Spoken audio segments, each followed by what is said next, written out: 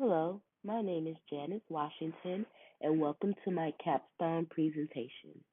My capstone topic was on using technology to increase student mathematic understanding. Currently, I'm completing my master's in instructional technology at Kennesaw State University. I also obtained my bachelor's degree from Kennesaw State University in the secondary mathematics education with the urban education option. I also have a 10-year-old daughter. I've been teaching for a little over 5 years now. I currently teach eighth grade math. I enjoy sharing new technology tools with my colleagues, as well as finding new Web 2.0 tools to use in the Sequoia Middle School.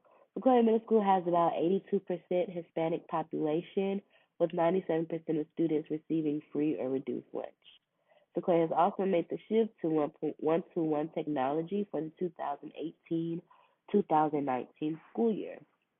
There has been minimal technology use by teachers and students in the classroom. Technology available for teacher checkout and for students are based on the Chromebooks and iPad carts. Very minimal technology workshops provided by the district for teachers and also within the schools. Student access to Wi-Fi is limited due to the misuse of the Wi-Fi and students steadily trying to obtain the Wi-Fi password. Addressing the problem. Getting teachers to understand how effective the implementation of technology in the classroom can be for student success, growth, and also motivation. Technology is not being used for learning purposes, and also increasing student growth in math. Some supporting quotes that have helped me along the way through completing my capstone are: there are some people who don't use technology because they're imitated by it, which is something that a lot of teachers in my building feel. The more intense long term professional development teachers have, the greater the achievement gains posted by their students during the following year. And this is the point to where I would like to get my school, is to be more so having more professional development for the success of the students. And the last supporting quote is: using math apps to improve student learning and close the achievement gap between struggling students and typical students. So I mapped out a plan of action. So my plan of action is to conduct a Web 2.0 tools professional development for the teachers in the building, provide teachers professional development on how to implement technology effectively, increase the rigor and engagement in teachers' lessons, assist teachers on how to incorporate the technology standards into their lessons, provide students with a more engaging and independent learning experience, and also to make more deliberate lessons that cater to their needs, weaknesses, and strengths will be provided to the students.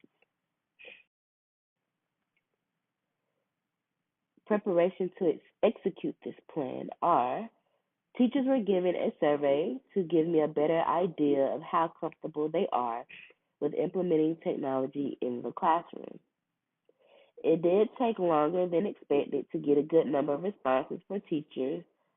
As a result, teacher interviews were also conducted. Eighth grade math is the focus. Out of six eighth grade math teachers, there were three teachers that were willing to participate.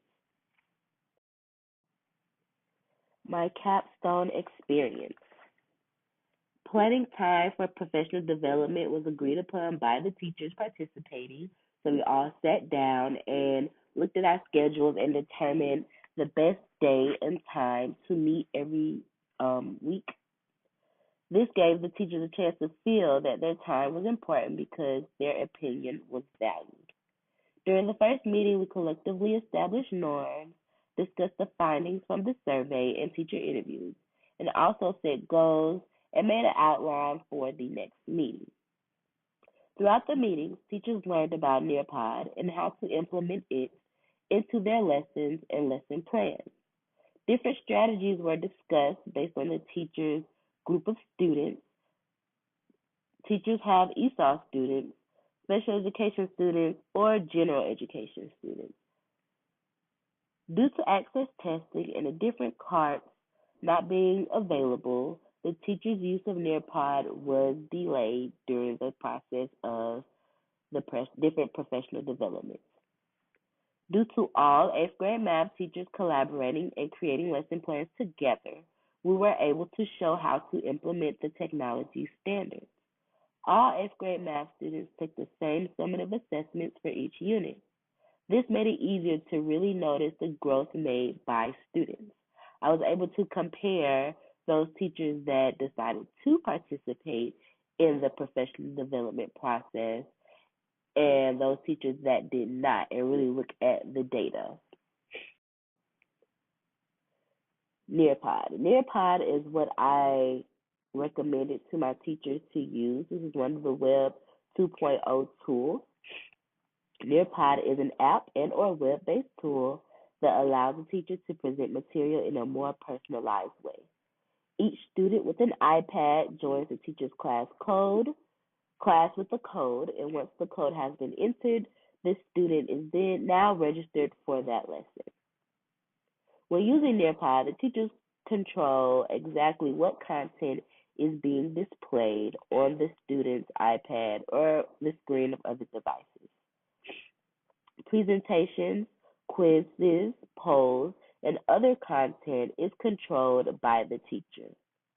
This ensures that students do not have the ability to rush through the content. If there is a particular website that students will need to use, the teacher can push it out to students through the app whenever he or she is ready for that part of the lesson. There's also a feature in Nearpod where can be student paced, but until students become more familiar with Nearpod, we use the teacher paced aspect of Nearpod for the time being. Some new obstacles that came along the way. The main obstacle I had was the initial pushback from teachers due to many of them being very unfamiliar with the implementation of technology in the classroom. Another obstacle is defective technology and Wi-Fi. There have been times where the Wi-Fi networks have been down, or there's an issue with the technology. Maybe the one of the software or the technology needed to be updated. Another obstacle is no access to technology due to access testing. Access testing is something that takes place every year for the ESOL students. It is where a test that they take to see if they're able to test out of the ESOL program, if they should still remain based on their scores. Also, students losing focus. At different points in the school year, students lose focus all the time, and that is an issue that some teachers ran into while going through Nearpod and implementing technology in their classroom. And also digital equity. At the time I completed my capstone, we were not at the one-to-one technology yet. So therefore, students having access at home, including students having technology to bring to school to use in the classroom, was not available.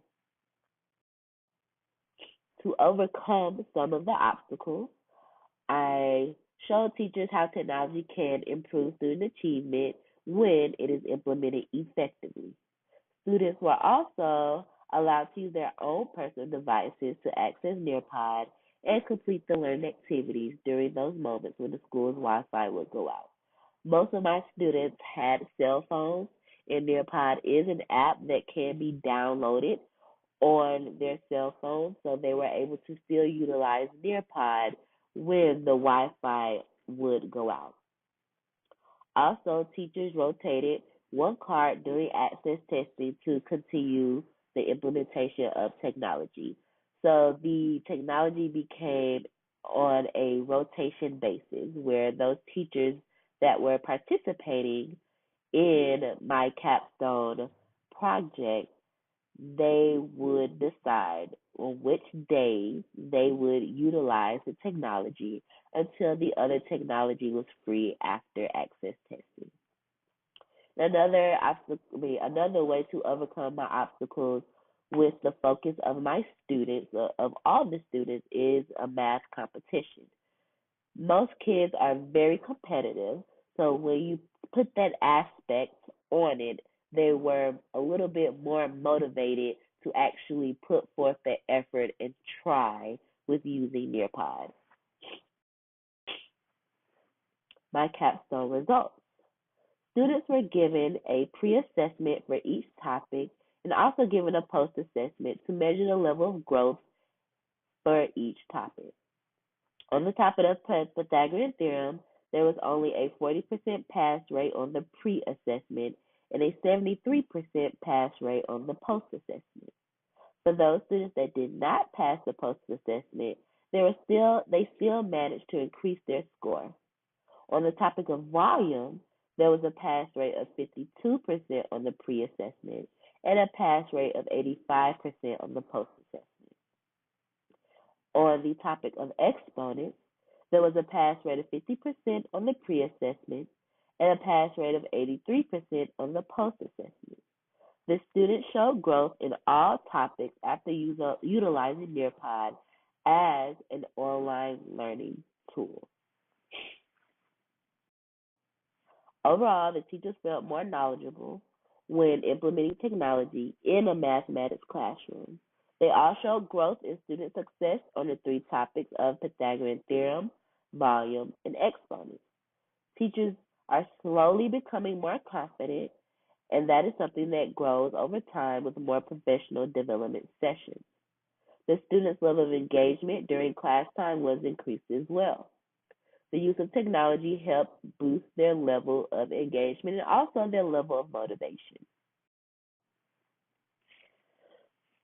When reflecting over my capstone and how well I feel it went, the importance of surveys is something that I noticed was a very important part when conducting my research because it allowed the opportunity for me to really pull data and get the input from several teachers without having to take away their time or take away my time or try to, coordinate schedules to sit down and have an interview. So surveys are really important when obtaining background knowledge on your audience as well as obtaining just data and getting their input and opinions on certain topics. It is also very important to receive support from administration. I received a lot of support from my administration and my principal. They were very flexible with me and the needs of needing technology for those teachers participating with me and things of that nature.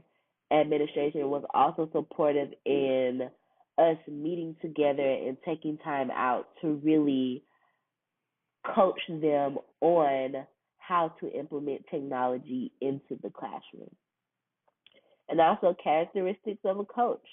It's important to have those characteristics of a coach because if you lack some of those important characteristics, then it may make the coaching experience a bit painful.